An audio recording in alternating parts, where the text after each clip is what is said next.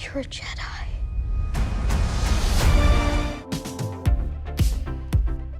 Hey, welcome back to ScreenCrush. I'm Ryan Airy, and this is all of the Easter eggs, references, and little things you might have missed in the big Star Wars announcements at D23 this year. We're going to break down all of the leaked trailers and the Skeleton Crew trailer, and we're going to break down the teaser for the Mandalorian and Grogu. This is a very exciting time to be a Star Wars fan, so let's get started. So first, I want to talk to you guys about the announcements about Andor, and we're going to break down the footage that they showed. Now, I have been very upfront with how much I love this show. In fact, I think it's the best Star Wars they've made since The Empire Strikes Back. Well, what makes it so darn good? Well, Andor was a show that I didn't think we actually needed or wanted. When they first announced it, I thought it was a pointless Disney Plus spin-off of a mediocre movie. But then, Tony Gilroy delivered this incredibly nuanced take on the Star Wars galaxy. He made the fight against the Empire a proxy fight against all totalitarian regimes. For the first time, we got to live the lives of the people who were actually building the rebellion. The young dreamers, the jaded cynics. The axe forgets, but the tree remembers.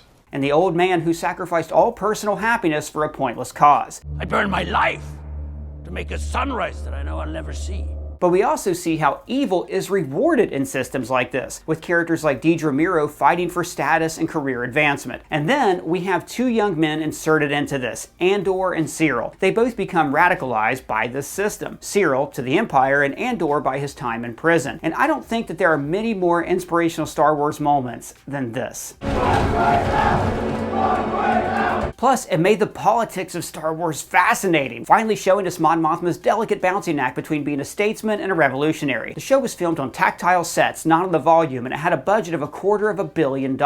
Compared to shows like The Book of Boba Fett, Andor is just in a higher class. It was nominated for a Best Drama Emmy, and unfortunately, it's going to end after season 1. Wait, they canceled the show? No, they always intended to only do 2 seasons, but it's likely Disney Plus couldn't keep up with their budget because the show was not widely viewed when it was first put on the platform. But we did get some reveals about season 2 here that are very exciting. Oh, hey there. I got a sack of batteries for you. I did not order a sack of dead batteries. Well, you're one of our subscribers. Actually, you're our only subscriber. We have a picture of you on our wall. Dude, I did not order a sack of batteries. You know what? Let me just check my Rocket Money, and actually, yes, it turns out that I did order a sack of batteries that I accidentally subscribed to. And I can cancel that subscription right now with Rocket Money. Oh, geez. Person, what's Rocket Money? Is it for a secret jetpack? No, Doug, Rocket Money's even better than a secret jetpack. It's a mobile app that lets you save more and spend less. This is a personal finance manager that lets you manage your subscriptions, lower your bills, check your credit score, and plan for your financial future. Gee whiz, all that's in one app? Yes, and it is very easy to use. I input my financial details, and then I found out that I was spending $40 a month on subscription services that I totally forgot about. And this used to happen to me all the time. We would cover a show that was on a given streaming service, and I would subscribe, but then I would forget to cancel. Or I would subscribe to some app and then forget to cancel. Rocket Money helped me save on all these apps and services that I never even used or that I accidentally subscribed to twice. If you use Rocket Money, you can analyze your spending habits to create a custom budget that works with your lifestyle. And you get notifications when you've exceeded your limits, and you can easily track your credit score. Rocket Money is free to download, but I personally recommend the premium plan, which helps you budget by syncing your account balances, create custom spending categories, unlimited budget, smart savings, premium chat, and many more. People can save up to $740 a year when they use all of Rocket Money's features. So, to save more and spend less, join the over 5 million members using Rocket Money today. Go to rocketmoney.com/ScreenCrushRewind or click the link in the description to get started for free. This is one of my favorite apps and one of the all-time best sponsors we talk about on this channel. Go to rocketmoney.com/ScreenCrushRewind to get started today. Now back to Andor. First of all, we found out that the second season is going to take place over a period of 4 years. The first season took place in 5 BBY, 5 years before the Battle of Yavin. Now, if you're a fan of Star Wars Rebels, that means that this... You get them moving and you keep them moving until we put this place behind us. ...took place at the same time as this. The timelines of Season 1 took place over a few months, and it was essentially a prequel story for Cassian Andor. When we first met him in the movie Rogue One, he is already a hardened rebel operative. We'll be all right.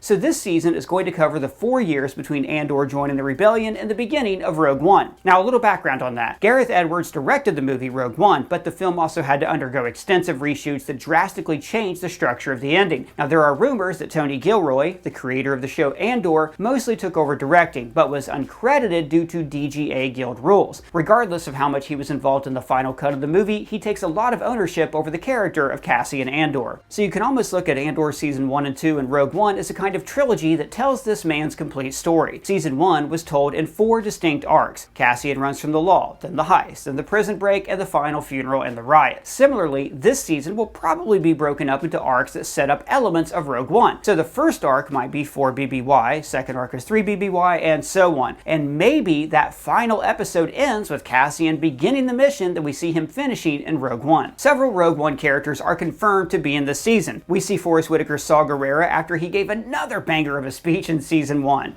They're lost! All of them! Lost! Lost!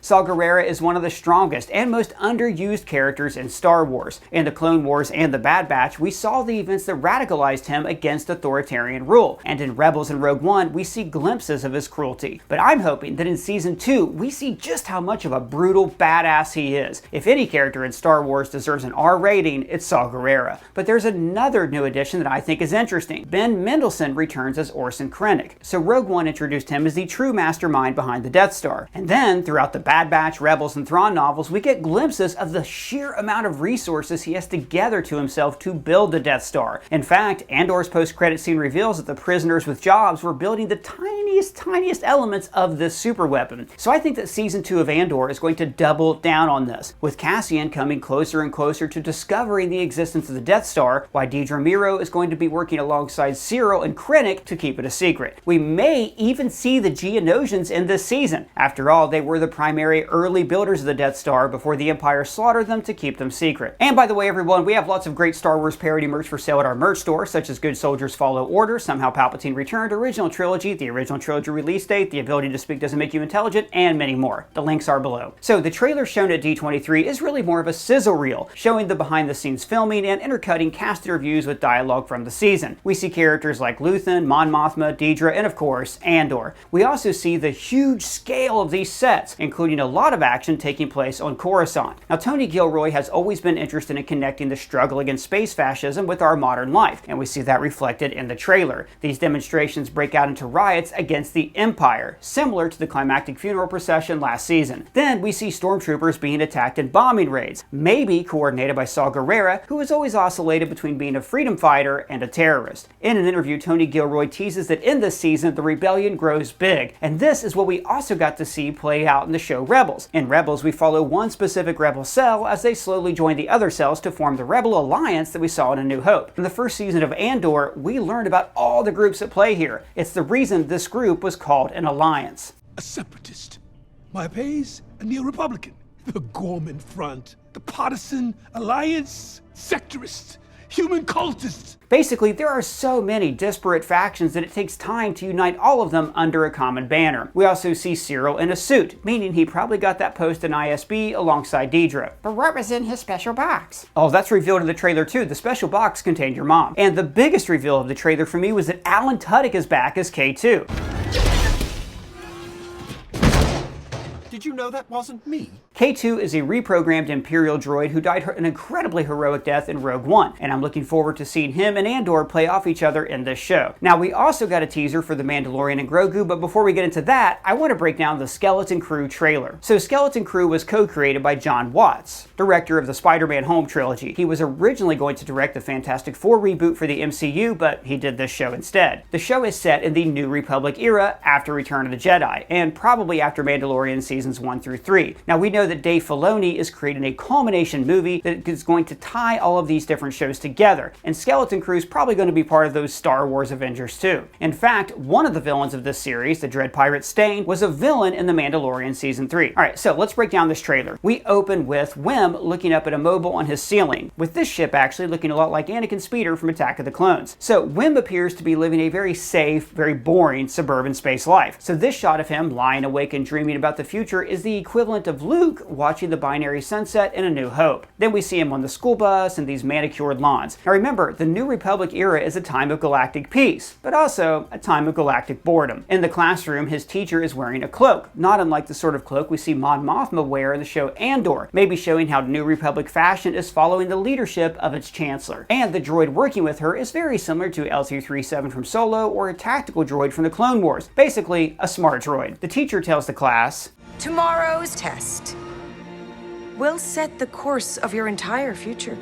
And for a kid like Wim, this is like a death sentence. The last thing he wants is to have his entire life planned out for him by the time he turns 10. His classmate here is Fern, and here she is with KB on a speeder and sidecar. Rounding out the child cast is Neil, who is an Ortolan, the same species as Max Rebo. Now out on the street, we also see this Ithorian walking his dog. But see, Wim does not want this life. He watches a holo of a Jedi Knight fighting a monster, which could be a dramatization of Luke fighting the Sarlacc. Remember, for kids in this era, the Jedi had not existed for 30 years. So to them, they really would feel like myths. Basically, for 3 of his lifetimes, the Jedi have been extinct. Like, think about the decade before you were born. I bet it seems like a really long time ago, right? But then think about like 10 years ago, and it doesn't seem like a long time ago. So we saw this same attitude reflected by Rey in The Force Awakens. Luke Skywalker.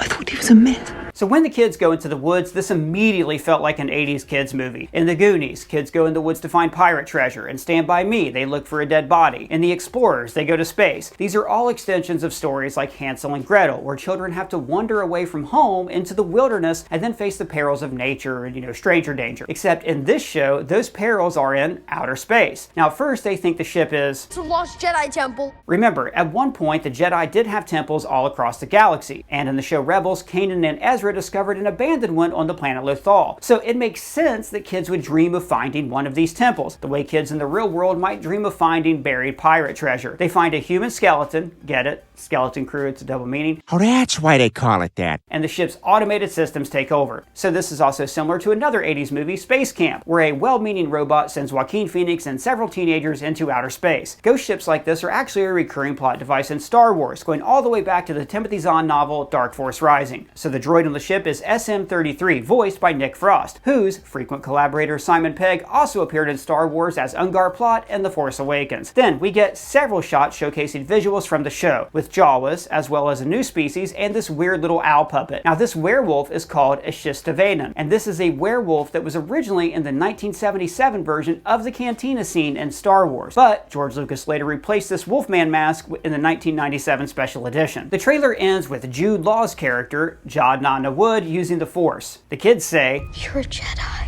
Which I don't think is technically true. Technically, Jude Law is old enough to have been a Padawan or even a full Jedi Knight during the Clone Wars, but I'm kind of a stickler for this one rule, guys. Yoda said that Luke was the last Jedi, so damn it, he should be the last Jedi. But Jad could be another kind of Force user. As we saw in The Acolyte and in the expanded lore of the Star Wars books and comics, there are many other Force religions in the galaxy. The Emperor did his best to wipe out them all so nobody could ever challenge his rule, but apparently he missed this one. And that brings us to the teaser trailer for The Mandalorian and Grogu. The image on the stage was of the Blue Squadron headquarters that we saw in The Mandalorian Season 3, complete with the Y-Wing parked out front. And then the trailer runs through some footage from the past 5 years, the two of them meeting, and then it gives you the feeling that this is going to be a culmination of all their experiences together. The Armorer narrates, reminding us that they are a clan of 2, and that Din is essentially Grogu's father. And then we see footage of them eating together, and then Din tucking him in. And by the way, since Pedro Pascal is currently off filming the Fantastic Four, it's likely that he will only be the voice of the character in the movie, and the actual body on screen will be played by Lateef Crowder. Din says that he is a bounty hunter, but now that Grogu is with him, he's going to have to be more selective in his assignments. And this was hinted at in The Mandalorian Season 3. Din said he was essentially going to start contracting jobs from Carson Teva in Blue Squadron, doing good when red tape ties the New Republic's hands. Remember, this is why he stepped in to fight the Dread Pirate Stain on Navarro in Season 3. So on a mission, he blasts these guards around this rich guy, and look, that is the return of the Razor Crest. Jeez, I guess the New Republic pays real good. Yeah, right? And then we see Zeb, voiced by the great Steve Blum. So Zeb was a member of Phoenix Squadron on the show Rebels. And with most of the Rebels cast appearing in live action in the show Ahsoka, I definitely think that we're going to get a live action reunion in the culmination movie. And then there are shots of these snowtroopers. Now, these are Imperial stormtroopers who are outfitted with cold weather gear that we saw in the Battle of Hoth. In fact, this planet is definitely reminiscent of Hoth. Now, at this point in time, the Empire is essentially like the Rebellion, living in the shadows, hiding out in small bases. So it would actually be appropriate if the Empire was forced to hide out in the old Rebel base from The Empire Strikes Back. And I love this shot of Grogu pulling a Die Hard, and then we see a mouse droid rolling through this cold weather base. But notice how the lights on the droid are blue, so maybe it's actually been hacked to make it good. Remember, like we saw in the show Obi-Wan, red droid light means a bad evil hack, but a blue light means it's a good person hack. We see some awesome droid POV shots before this thing detonates, so it's